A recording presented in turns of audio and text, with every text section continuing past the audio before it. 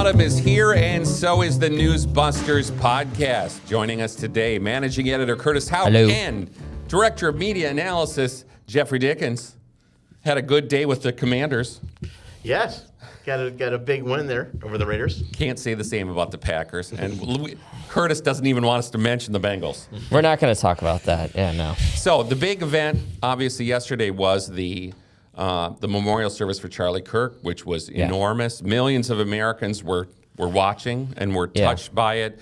But not everybody liked it. No, they did not. They did not. I mean, I should first start out by pointing out the fact that CNN and MSNBC, they only really started to carry it when the big speakers, which is news judgment. Which is news judgment. MSNBC was probably the latest into it. CNN would kind of dip in, dip out. And they would do a lot more describing of what was going on than actually showing people what was going on, which I think is one of the issues that we find in general with the liberal media, which is, why can't you just let us speak in our own words instead of you talk to the viewers about us through your own personal filters? I think the answer is, the assumption is that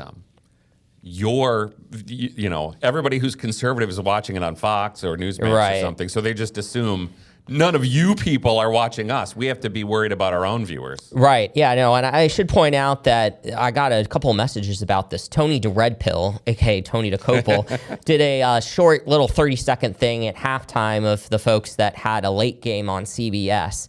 And the special report, I would say that it was very, it was really stirring. And just read a little bit here. More than 200,000 people, many people lined up before dawn, registered in hopes of remembering Kirk, a charismatic young conservative killed while speaking to college students in Utah back on September 10th. Today's event, organized by Kirk's Turning Point USA, which asked people to show up in a Sunday best of red, white, and blue. Many did. Security was tight, of course. Though he was 31 and just a father of two for many, Kirk was a spiritual leader as well. And I think that is the kind of respect that a lot of people want. And it was the kind of grace then that was emulated in many of the speakers, Secretary Rubio, Tulsi Gabbard, Jack Posobiec, Stephen Miller, I thought gave speeches that were particularly touching, talking about that, and I talked about this on Newsmax earlier today, Wake Up America with Mark and Charlotte, which is that the Charlie Kirk model for our politics is a firmness. We treat people with respect, but we show grace, but we do not compromise our principles. And I think that's such a great thing, because I think too much on the right, I think what we had before Trump was where some people would say, we need to show grace and then also compromise our principles. Well, I was going to say, there are examples here that I can just pluck from the Curtis Houck Twitter account, retweets. Tom Bevan at Real Clear Politics finds a lot of stuff. HuffPost, formerly the Huffington Post, ran the headline, Kirk Memorial Rage Fest, Trump Hate Eulogy. And Trump sort of earned that a little bit by being like, Charlie said not to hate our enemies, but I do. Right, yeah. The New York Times headline was, at Kirk service, an extraordinary fusion of government and Christianity. Now, this is not exactly the way the New York Times covered, say, Jimmy Carter's funeral. Or George Floyd's. That was not an extraordinary, scary fusion. Jeff, what did you think, whether we were nervous about either what was going to happen at the Kirk service or how the news media were going to put it through the grinder? I was pretty much expecting that the news media, particularly your legacy media, NBC, ABC, CBS, PBS, MSNBC, CNN, were not going to air much of it. If they did, it would be the best we could expect is just sort of maybe respectful, but they would definitely at least get in their little slags against Kirk. I mean, what Crockett did was just awful. So there was some of that too in the coverage. Yeah, Jasmine Crockett was on with Dana Bash, and Dana Bash at least tried to do this whole, now you said Trump's a wannabe Hitler and stuff, and he's an enemy of the state, and she was like, yeah, he's a wannabe Hitler. I mean, Right. I think the issue that we had was the key line that Dana Bash did not object to. She kind of let Crockett filibuster, was when she said, talked about comparing Charlie Kirk to Confederate relics. The idea of a New Age relic being propped up was something that I just could not subscribe to. It's the same thing where, AOC goes on the floor of the House and says he opposed the Civil Rights Act, which gave blacks the right to vote, which is false. That's not what the Civil Rights Act in 1964 did. And then when you went back and actually listened to what Charlie Kirk had to say in context, he said the original vision was great. It's the way it's been weaponized in the age of DEI. Yeah, it's just like a typical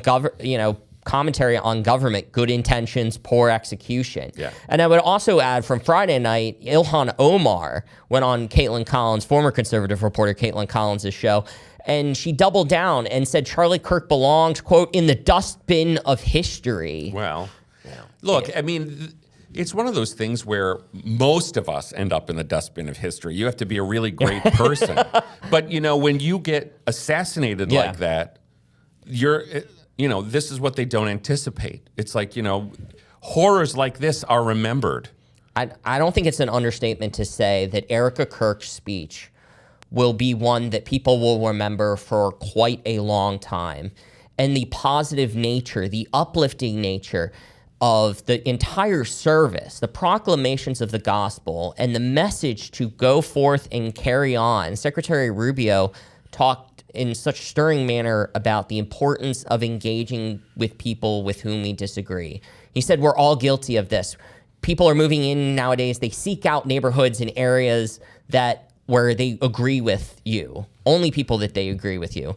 And that Charlie Kirk lived, yes, he definitely had his own people in his bubble, but he ventured outside of that because he understood that the only way America works is if we live with each other. Not in the left coexist bumper sticker manner, but in a way that we can respect each other. And obviously, our mission here at the Media Research Center is showing the fact that these people have not been doing that for quite a long time. No, and I think that I think that where they would fear Charlie Kirk is in this whole idea of they want to think that they are always going to command the youth vote. Right. And that's not what happened in 2024 to the same degree. And so, obviously young voters were upset about inflation, COVID, not being able to buy a house. COVID, and all the culture war issues. As we know, it's only a culture war if we are waging it. When the left does it, it's just justice or something. Right. But look, John Carl tried to say in his pompous opening on Sunday that shooting was not a political act. Now, they're all going to interpret this service with some fear that Republicans are going to be extra motivated to turn out here. At least, we have governor elections in Virginia and New Jersey. And California, the redistricting vote with gerrymandering. Except I'm not really optimistic. You can't be optimistic about California. Yeah. But, Jeff, this is one of those things. I wonder whether we're going to get much coverage. We haven't seen much yet of these state races, like we might have gotten maybe last time around with Terry McAuliffe and Youngkin. Mm-hmm. Yeah. Yeah, I would not expect, they rarely do, unless there's like some sort of conservative they want to hate on, like Christine O'Donnell, then you'll get local coverage, but that's about it. Hey, Jeff's bringing up 2010. Yeah. Winsome Sears and Jack Chiarelli do not fit that bill. The funniest thing about that is a lot of times you'd say, well, do these Republicans have a shot? In the Trump era, it's when Trump shows up to campaign for Youngkin, and then they might cover it. And of course, Terry McAuliffe ran that whole race last time on Trump, January 6th, and it didn't work. Glenn Youngkin being more of that sort of Kirk Memorial Service type of politician. Yes. One who wanted to speak in positive tones and be sound unifying. Reagan lovers are all for that. Yeah. And so, yes, I hear, I hate my enemies, and that's, gosh, you hope that's supposed to be a humorous line, but it's at a memorial service. These are the things where most people are like, did you have to? Right. Well, I think the thing I'm going to be looking forward to is because they are so in their silos, leftist silo, I don't think, maybe there's some exceptions, like maybe an Ezra Klein type, But I don't think they understand to the degree that this is Charlie Kirk's assassination is going to have on the body politic total. I mean, there's going to be a lot of good works done in Charlie's name, charitable works, but there's also going to be, quite frankly, a lot of people out hitting the polls and I think a lot of that is the reaction that everyone saw on the left. Yeah. Online. Mad. Yes. That was just like shocking. Well, but see, and when you put it through the liberal media bubble, it's our friends are getting fired. And then it's like, we are not going to tell you what exactly our friends said, which was, good, I'm glad he's dead, or whatever. People made comments about, Charlie Kirk, and you're like, Now, let me ask you. I'm going to put you on the spot, Curtis. You watch the Friday night news and maybe the Thursday night news. I don't know, did they cover the disparity in how the Democrats wouldn't vote for the Charlie Kirk resolution? No. So now I'm not sure when the House passed a resolution that was pretty much unanimous to express regret over Melissa Hortman, the House Speaker in Minnesota, being gunned down in her house. That was pretty much unified and totally Republican and correct, or totally bipartisan. Correct. Now, she was an unknown person, but here we have, I believe, 58 Democrats who voted no on a Charlie Kirk resolution. And then a whole bunch more that voted present. I was going to say, was it 28, 29? Yeah, another couple dozen voted present. And there were also, let's add to that, because I think the number of yeses was like 309. So there's also a pile that were not voting. Correct. Yeah, you had a whole bunch of different options, which is such a weasel way. Like, if you're going to be in the bowels of the House and you're not even going to offer any sort of vote, you're literally just going to sit this out. What are you sent to Congress to do if you just choose not to vote and you are actually present on the floor? It's just pathetic, and it's not going to turn things down because people are mad. People on the right are furious about what's going on in this country. And you try to listen to the speaker after this, where he read the end of the resolution, talking about the need to recommit ourselves to discourse. Respectful discourse in this country, and that people couldn't vote for that because, I don't like some of the things that he said, goes to show that for the left and the media, hating the other side is a religion to them. It is their being. So much of their happiness or lack thereof is based on whether the other side is getting screwed. Well, I guess I would imagine that when the Democrats, some of these Democrats, if you're AOC, if you're Rashida Tlaib, if you're in these kinds of districts where there's no chance you're ever going to lose, and that your real fear is being primaried by a Democrat who's more extreme, that you're going to vote no just because that's where your political interests lie.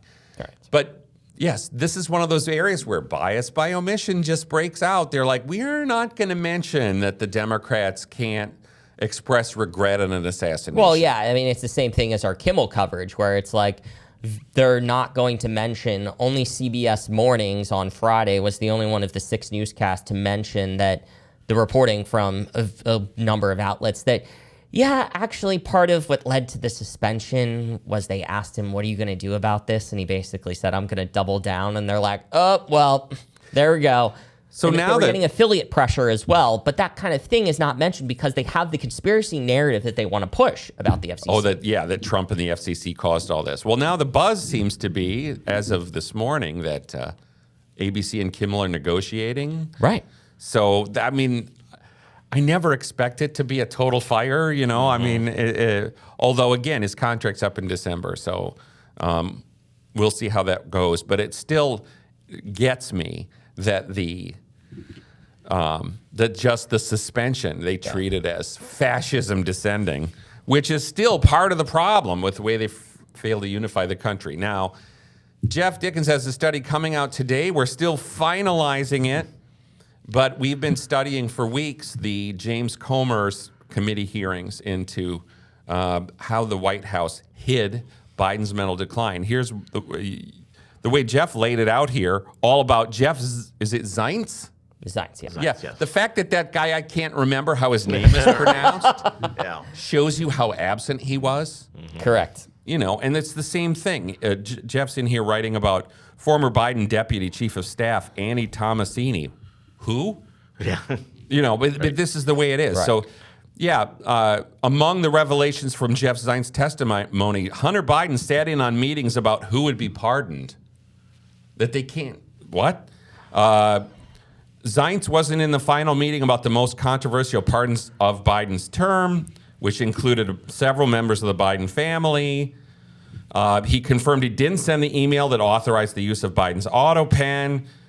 Zients called for a full cognitive test after Biden's disastrous debate performance. I mean, Biden began having difficulty remembering dates and names. First Lady Jill Biden urged Zients to adjust the former president's schedule to get more rest, la, la, la, la. Yeah. Lots of newsworthy stuff in here. Yeah. Well, yeah, the biggest blockbuster stuff is Hunter Biden sitting on the pardoning sessions.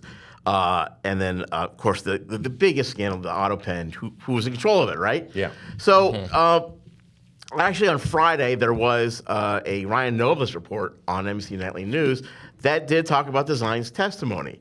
But he only brought up the stuff that we all knew about, like, Biden was having trouble remembering names and dates, and then he needed more rest. He didn't talk, Novus didn't mention anything about the Hunter Biden sitting in on the pardoning or the auto pen. But we've been covering stories for months now. It's June 18th is when the hearings began. It's Biden's mental decline. So far, only NBC and PBS have mentioned it, not even told you 6 minutes. So And PBS was like, what, 33 seconds? 33 seconds. Yeah. So ABC and CBS have done nothing on this. Now, President Trump on Thursday was talking about it. This is think about it. This is a huge scandal. And I know he exaggerates, but this is a big presidential scandal that the president of the United States was pretty much not apparently in control. Yes. Yeah, So, especially when it came to these slew of pardons and their defense that, presidents pardoned a lot of people at the end of their presidencies, blah, blah, blah. I mean, I don't think that was an excuse at all, and especially the fact about Hunter Biden sitting in, and that basically Biden really didn't know what he was doing, that they would update the pardons with different new information without running it by the president. I mean, this is one of the few explicit things that a president has in the Constitution. Right. But I think what this says, I mean, one of the reasons I thought it was such a great idea for us to look at this, and I know David Bozell certainly was like, you guys got to do this. Yeah. And I'm like, I agree. But the January 6th committee was treated as the most wonderful nonpartisan hearings of all time. Every hearing was live. They talked about it endlessly. Members of the January 6th committee were all over the Sunday shows. Liz Cheney, Raskin, Adam Schiff, et cetera, Benny Thompson. They were all brought on the Sunday shows to say, what's going to happen next? How will you destroy Trump next? And this, James Comer doesn't go on Meet the Press. No. James Comer doesn't, Comer may have been on once. Jim Jordan, I think, may have been on once. But I mean, these guys, when the Republicans have a hearing, it's like, that's not news. It's not newsworthy when the Republicans have a hearing. And then they pretend that the January 6 hearings were bipartisan, which they most definitely were not. So I think the contrast between the enormous coverage of the Pelosi-picked panel and just almost total blackout. I mean, it's pretty bad when you're like, good for you, NBC. Yeah. You've passed the 5-minute mark over a month, 4 months. 4 months, It's just, again, and on a Friday night, it's like, good for you. It's you got to it, but we probably are going to guess the Friday night news isn't as well watched as the other ones. Yeah, just kind of. Well, I mean, we have trouble sometimes really nailing down the Sunday and Saturday night news because I think people are like, is there a show? Or is it blocked out by football? Yeah. Right. Yeah, right, exactly. So we have to remember, or did we get that on tape? Yeah. So if they had done it on Saturday night, it really would have been more of a mess. So what do we expect? We got a White House briefing today. We have anything we expect in the week to come? Well, the media are going to be talking a lot about the the Trump Justice Department and all the various moves there. George Stephanopoulos has been losing his mind over that. We're going to have the RFK announcement about Tylenol. So that's definitely going to be interesting, pulling in a ton of coverage. The UN General Assembly is this week. Uh-oh. I know, Jeff, many years here at NewsBusters. I mean, sometimes for you, that's been treated as a triumphal arrival, and other times, not so much. Well, the funny thing about the UN is that they talk about a sacred cow. I mean, we would sit here and go, all right, here comes the crazy anti-Israel kooks, you know. I had NPR on this car this morning, and they were interviewing, I only heard the end. They were interviewing somebody from Fatah, and they were like, oh, Palestinian terrorists, thanks for coming on. Right. So, I mean, I think that we're going to keep watching what happens this week, obviously, to see what happens in the developing of Charlie Kirk. I'm definitely going to want to take on this whole idea of them saying that somehow the Department of Justice doing something that seems partisan or going after your political enemies is unprecedented. Well, and one last thing for you, Jeff, is the other thing that you've been looking at is migrant crime. And, you know, there have been a number of other incidents. And, of course... Well, didn't we? We had a beheading. Yes. In Texas. You know, so we're always watching these stories. And we had the unfortunate story that somebody was hung in South Carolina. And we were expecting that would become a national story, and I guess there's some doubt now as to whether he did it himself. Yeah, there's some questions. And so, but then, you know, this idea of our only bias is in favor of a good story. Well, somebody's beheaded and they kicked the head down the street. Sorry, he's a migrant. Well, there was a DUI locally somewhere here in the DC Right, that was Maryland. Yeah. So those, so there's been a lot. Look, here's the thing. Like, I could do... there's so many pages of basically a crime blotter of illegals that came here during the Biden administration that still have to be deported, that have caused crimes and they shouldn't have happened. And the media just doesn't like to cover it. You know what? I got to close with this. Brad Wilmoth had this. There was a segment on MSNBC where they talked about the illegal immigrants, and she started talking about the Anita Francos with ICE. Like, this is the ICE are the Nazis, and the young Latina Anne Franks are the Anita Francos. And I'm like, that is so obscene. What? That's MSNBC for you. Speaking of Jeff here, that's a good early front runner for worst quote of the week. Oh, well, we still got a lot of Charlie Kirk's reactions, unfortunately. We are on Worst of the Week on a weekly basis, trying to pick out. Jeff plucks out the 3 worst things, and yes, most weeks it's rough. But yes, last week we just picked Matt Dowd because he earned it. Yeah. And then, of course, and I'll close with this, PBS said conservative Matt Dowd Yes, right. was let go. Oh, yes. No. No. Don't give us conservative Matt Dowd. We're tired of that baloney. So if you want to keep up with what's going on at NewsBusters, you got to come by once, twice, 24 times a day. Thanks for listening. Bye-bye.